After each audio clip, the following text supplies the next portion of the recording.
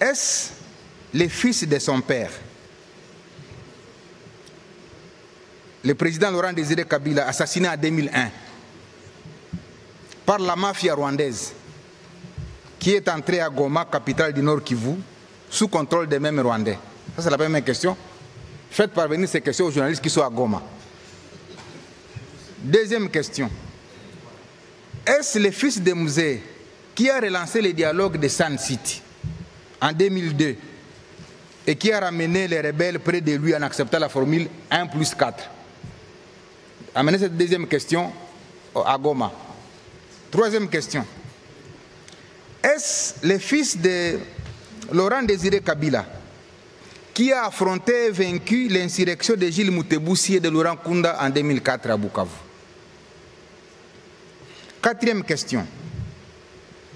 Est-ce le fils de Musée qui, à mon avènement à la tête de la province du Nord Kivu, comme premier gouverneur élu, a piloté les opérations contre Laurent Kunda? Cinquième question.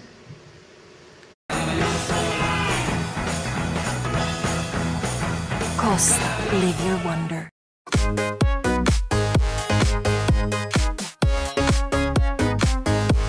La porte de Goma. Sixième question. Est-ce le fils de Musée qui, en janvier 2009, a demandé l'arrestation de Laurent Kunda par l'armée rwandaise et accepté l'arrivée de cette même armée au Nord Kivu à travers l'opération Umo Jawetu, je l'ai dit, du 25 janvier au 25 février 2009, et consécutivement, est-ce le fils de Musée qui avait demandé au président de l'Assemblée nationale de l'époque de démissionner parce qu'il n'était pas informé de l'entrée des troupes rwandaises? Septième question. Est-ce le fils de Musée qui avait demandé à son ministre de signer les accords de paix le 23 mars 2009, lesquels accords sont à l'origine de la création du mouvement M23? Huitième question. Est-ce le fils de Musée qui a ordonné au général Etumba de concevoir l'opération Pomme Orange qui a mis fin au M23 le 5 novembre 2013, d'où mon arrivée le 6 novembre 2013? Neuvième question. Est-ce le fils de Musée qui a radié les officiers M23 de l'armée pour qu'ils se retrouvent aujourd'hui à leur côté pour sa sécurité? Dixième question que vous allez amener à Goma. Est-ce le fils de Musée